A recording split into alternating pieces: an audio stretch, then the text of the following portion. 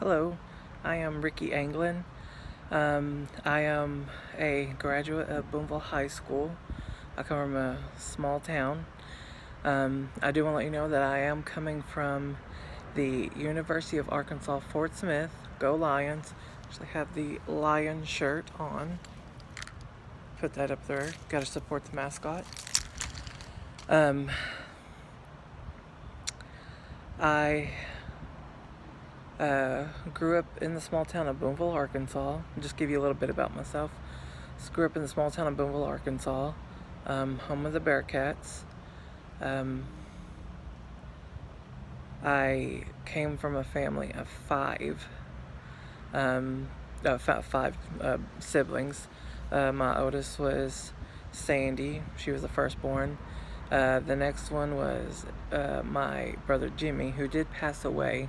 Gone but not forgotten, always in my heart. Next was my other brother Alvin. He lives up in Illinois. And then my sister Donna, and then me. I'm the baby of the family, and my siblings will constantly remind me of that. Like I said, I grew up in Boonville, Arkansas, a small little town. Things I did there, I was active with the football team. I did do a year of basketball. I did play baseball there as well as in Boonville. We were actually state runners-up my sophomore year in football. I'm a class of 2004. There's many things I have done before deciding to become a teacher, and I would like to briefly kind of share with you what led me up to that. One thing that led me up to that was I worked many different jobs, and then I eventually went to cosmetology school. And how could that relate to teaching? Well, I will let you know that for sure in a minute. I graduated cosmetology school, passed my state board, worked at many different salons for many years. And what led to me to wanting to become a teacher actually started with my sister. My oldest sister, Sandy, she actually went to Arkansas Tech to become a teacher. Now, she eventually did change her major. Now she works as a social services, with helping with the children. And she loves her job. And what I seen her, she actually graduated with her bachelor's and then got her master's graduate's degree. And she is very smart, and I don't know if I will ever get my master's degree, but because sometimes I think I'm not smart enough, but I don't want to think that, and I would never want my students to think that, because I think if you actually put your mind to something and try to achieve it, it's very possible for you to do it. Working in salons, one thing I've learned is that you may also be coloring hair, cutting hair. Definitely science by it, so you do have some science experience, even though I'm a history teacher. But my minor is in science. One thing with hairstyling and cosmetology is that you do mess with chemicals, so you definitely want to know what you're putting on your client's hair.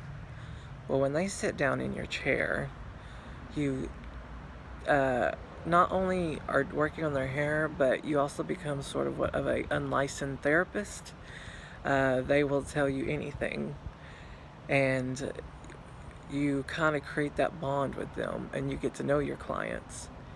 And when you're getting to know your clients, they relate to you some personal information. You find out what works for them, what they like. And I think that's one benefit I could definitely take over into teaching from cosmetology school, is that you get to learn your students, learn how they learn. Me, I am a hands-on learner. That's how I learn my best. But not everyone works that way. And when you're teaching, you got to realize that you may know the subject, but the person you're trying to teach is still starting out.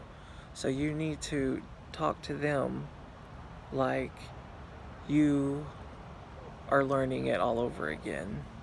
That's one thing that they need. And then you need to adapt to how they learn. What do they learn from? Are they a hands-on? Are they a visual learner? Do they do better just by listening? And that's one thing you should really want to work on with your students. And the one thing I would love to do is, one thing I always had trouble with is if the teacher or professor would ask, do you understand this, understand it? And when nobody else would raise their hand, and if I didn't understand it, I wouldn't raise my hand because I didn't want to be the only one. But normally you're not the only one. It's just that many people don't want to raise their hand. So one technique I would love to use is have them have a piece of paper. Ask them the question, and then they can write it down. Write down what they didn't understand, they're not understanding it, and then gather that information from each individual student. That way no one feels singled out or they're afraid to raise their hand. And then you could kind of look over that, and you may find that multiple students may have the same question and they just didn't want to raise their hand.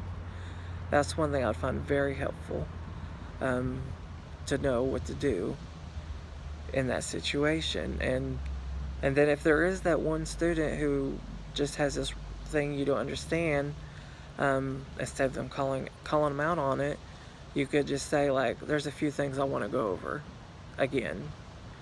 And then find a way to ask that student, probably after class, head out the door, do you understand it any better? Not when everyone's around. And if they're still not understanding it, maybe you set up some kind of consultation with them so maybe they can understand it. One thing with technology evolving, I don't want to rely 100% on technology, but you do need to keep up with the times. So I would not totally get rid of pen, pencil, and paper.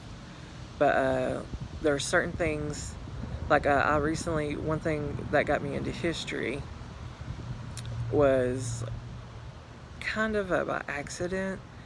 When I first started, I knew I wanted to become a teacher, but I didn't know what I wanted to teach. So I was like, history, I've always kind of found it a little interesting, but the more I got into it, then I was like, yes, I want to be a history teacher. History is something you should learn from, but sometimes we still repeat the same mistakes. But with Salem, Massachusetts, I actually got to go visit there last summer, Salem and Boston. I got to actually throw tea into the Boston Harbor, so now I can be part of that history from the Boston Tea Party. I got to visit Salem, Massachusetts, where the whole witch trials happened, and this is all a part of American history, which I am very interested in American history. I do love all history. Cleopatra to Julius Caesar, they actually had a love child. I could really, if I keep going, I'll just keep going way into that. But with technology, not every student may be able to go visit some of these places like Salem, Massachusetts, which I could go on and on about because I did love being able to see the history there, and especially considering there's like a Walgreens right there close to where some of the hangings happen in Salem.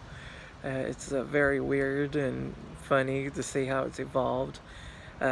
Boston's definitely evolved, but not every student may be able to afford to go on one of those trips. That's why one thing that's awesome with the technology evolved is you can take virtual field trips. You can actually go virtually and see these places through the internet and see what it looks like now to compare to then. And that's one thing that's amazing, because you could go visit the Egyptian pyramids and actually see up close with them with these virtual field trips. And that's something you can do with your entire class. So that's one thing I would love to use in technology, is these virtual field trips you can take. And of course, students adapt to games. I love to do games to work in some problems, like maybe like a history Jeopardy or history Wheel of Fortune, where you have to guess the letter, fill in the blanks. Preferably Jeopardy, because I think that really tests the student knowledges on things to show that what they're comprehending. So that's one thing I love about teaching. Just a little bit, I want to end this on a little bit more about myself. I am an animal lover. I do have a dog. His name is Milo. I also have 3 cats. There's Bobcat, because he does look like a bobcat. Then there's Gray and White. Gray is what I like to call him. Gray. He's more of a calico cat with gray. And then there's the other one who actually is gray and white, just gray and white, and salt and pepper. That's what I like to call her, Salt and Pepper. But Milo, he is my son. That's what I like to call him. He is my dog. And when I first got him, he was very shy, and that's one thing that first drew him to me. But once he got used to me, he was a very happy dog. He is actually a Lab Air. Most people don't know what that is. That is a Labrador and an Airedale mix. But I am a very big animal lover, and